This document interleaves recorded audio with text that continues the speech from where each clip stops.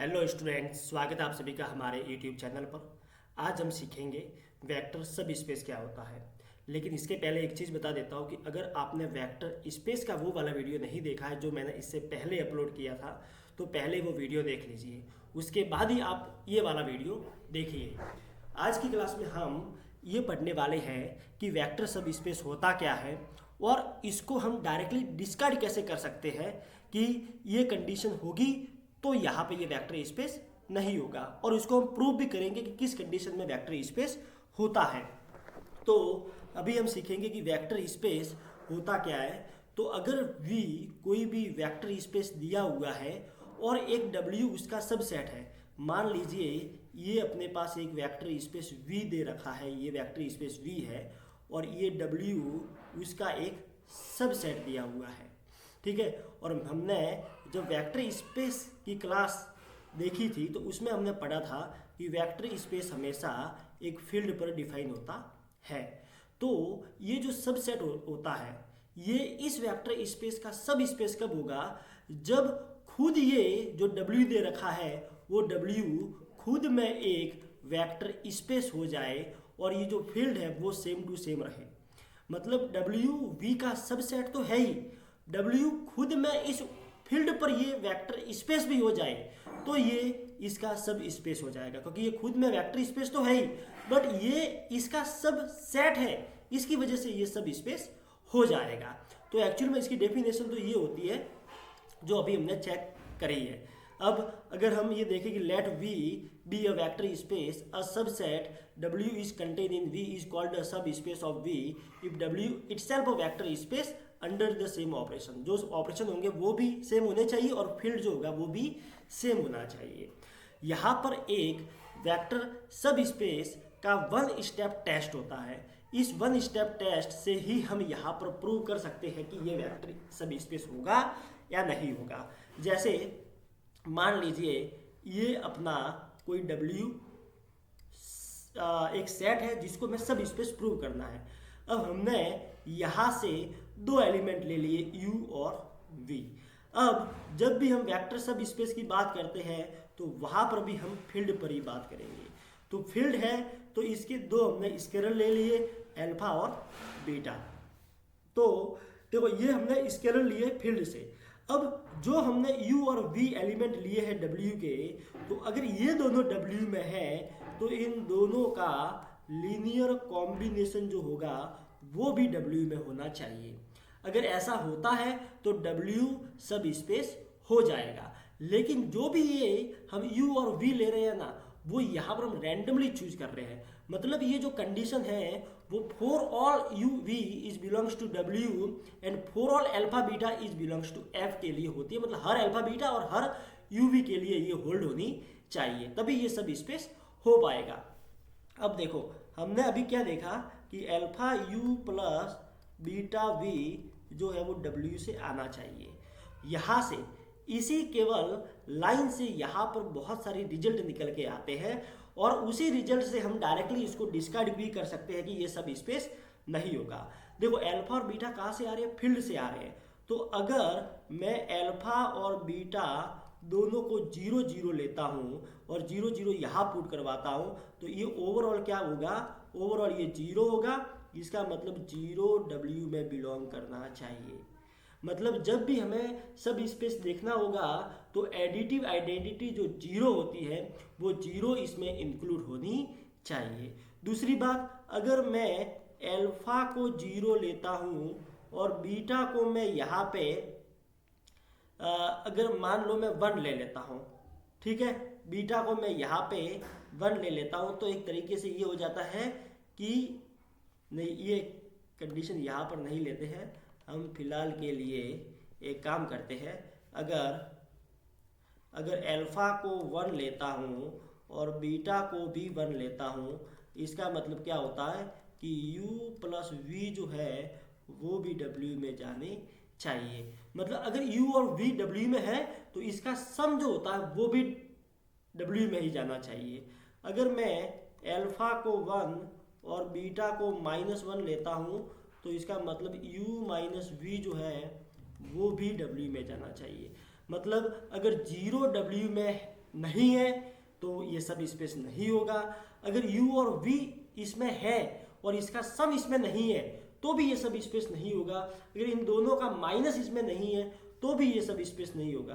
तो सब स्पेस को डिस्कार्ड करने के लिए ये यहाँ पे रूल्स यूजफुल होते हैं। ये और ये मेन यही दो होते हैं, क्योंकि ये एडिटिव आइडेंटिटी हो जाता है और ये क्लोजर प्रॉपर्टी इन एडिशन हो जाती है। तो ये दोनों बहुत इंपॉर्टेंट है, बट ये भी मैंने आपको एडिशनली समझा दिया। अब हम देखते हैं आगे कि कुछ एग्जाम्पल्स देख लेते हैं कि इसको हम कैसे प्रूव करते हैं।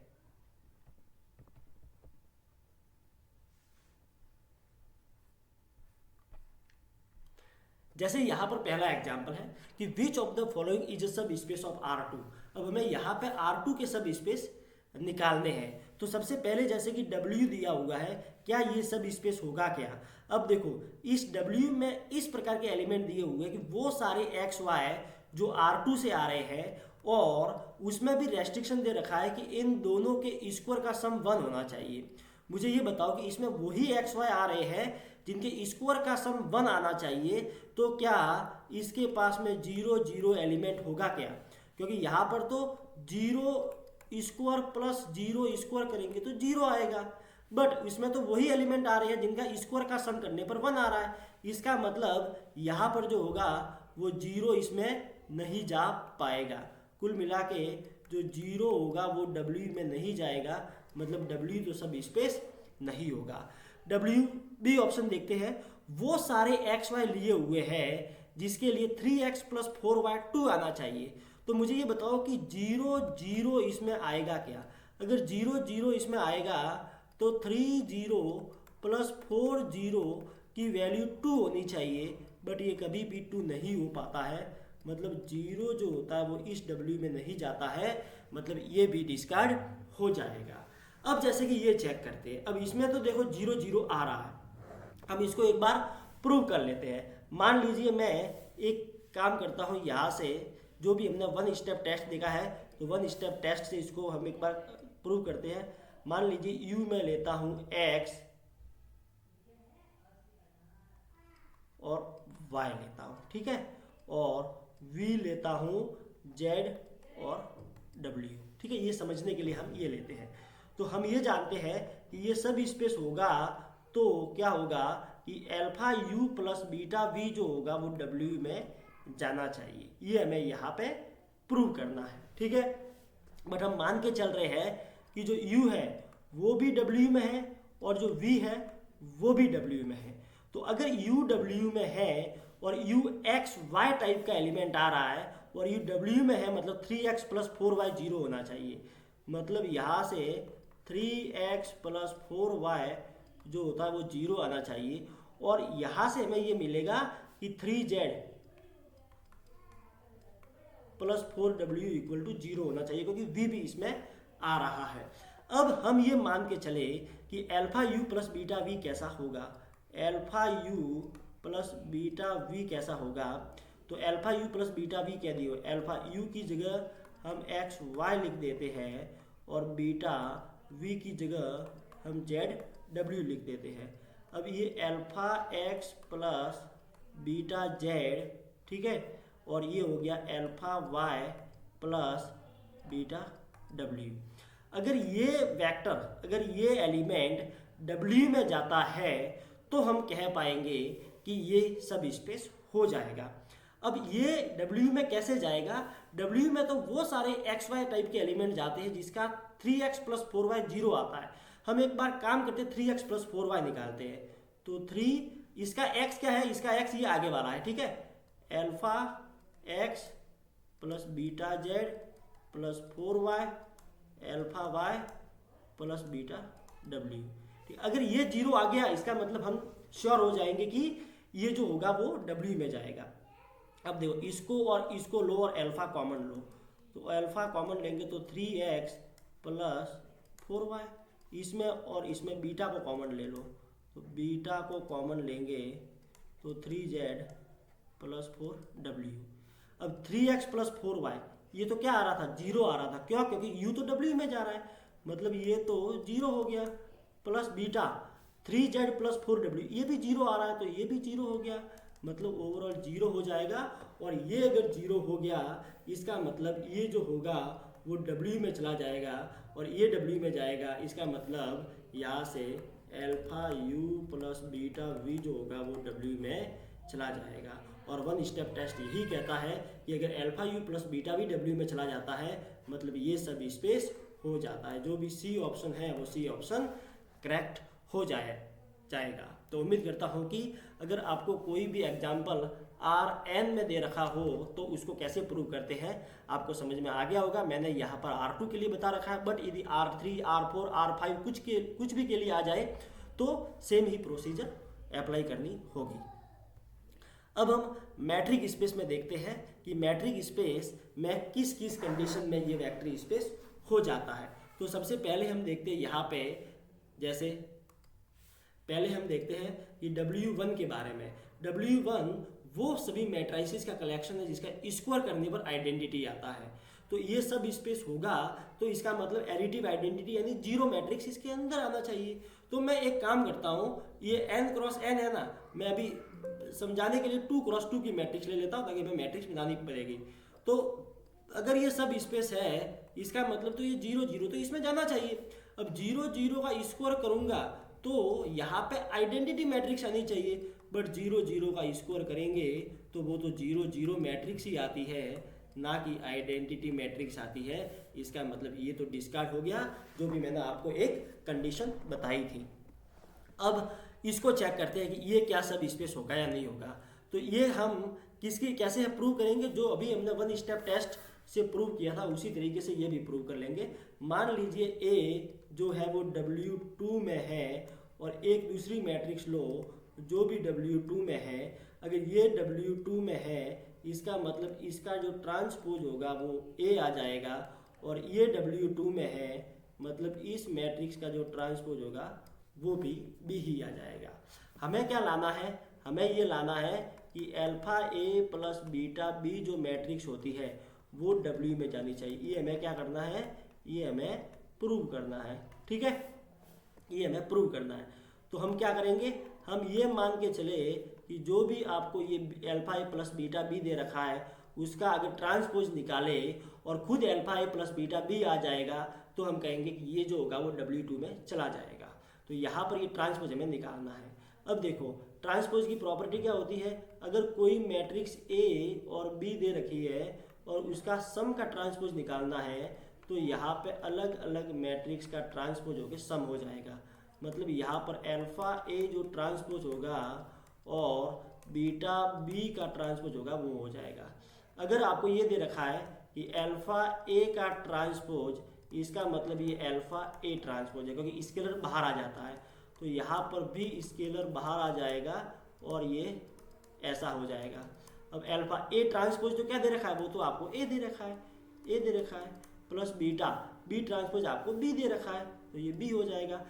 Alpha A plus beta B transpose लेके चले थे और इसकी वैल्यू हमने ये ला दी, इसका मतलब alpha A plus beta B जो है वो W2 में चला जाएगा। And by one step test ये जो W2 होगा वो भी सब स्पेस हो जाएगा।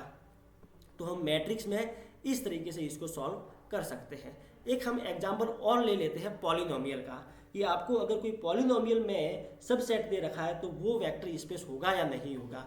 तो एक काम करते हैं, ये मैं आपको ये वाला एग्जांपल करवा लेता हूँ। ये जो एग्जांपल दिया हुआ है मैं आपको ये नीचे वाला एग्जांपल है वो करवा लेता हूँ। बाकी जो ये वाला एग्जांपल है ये आप मुझे कमेंट बॉक्स में लिखना कि ये वेक्टर सब स्पेस होगा या नहीं होगा। तो हम एक बार के लिए इसको सॉल्व कर लेते हैं। जैसे मान लो कि अगर Px जो है वो W2 में जा रहा है, इसका मतलब क्या होगा, P डेरिवेटिव x 0 हो रहा होगा। या फिर हम एक दूसरा पॉलिनोमियल ले Qx, वो अगर W2 में जा रहा है इसका मतलब Q डैश x क्या होगा, वो तो 0 हो जाएगा। हमें ये प्रूव करना है कि alpha P plus beta Q जो है वो कहाँ जा रहा है, W2 में जा रहा है। ये हमें प्रूव करना है। अब ये प्रूव करने के लिए हम क्या करेंगे, बीटा Q इसका डेरिवेटिव लेके चलेंगे। डेरिवेटिव अगर 0 आ गया तो अपना काम हो गया। तो इसका डेरिवेटिव क्या होगा, alpha P dash x plus beta Q dash x, और पी डैश तो आपको 0 दे रखा है, क्यू डैश भी 0 दे रखा है, इसका मतलब ओवरऑल ये 0 हो जाएगा।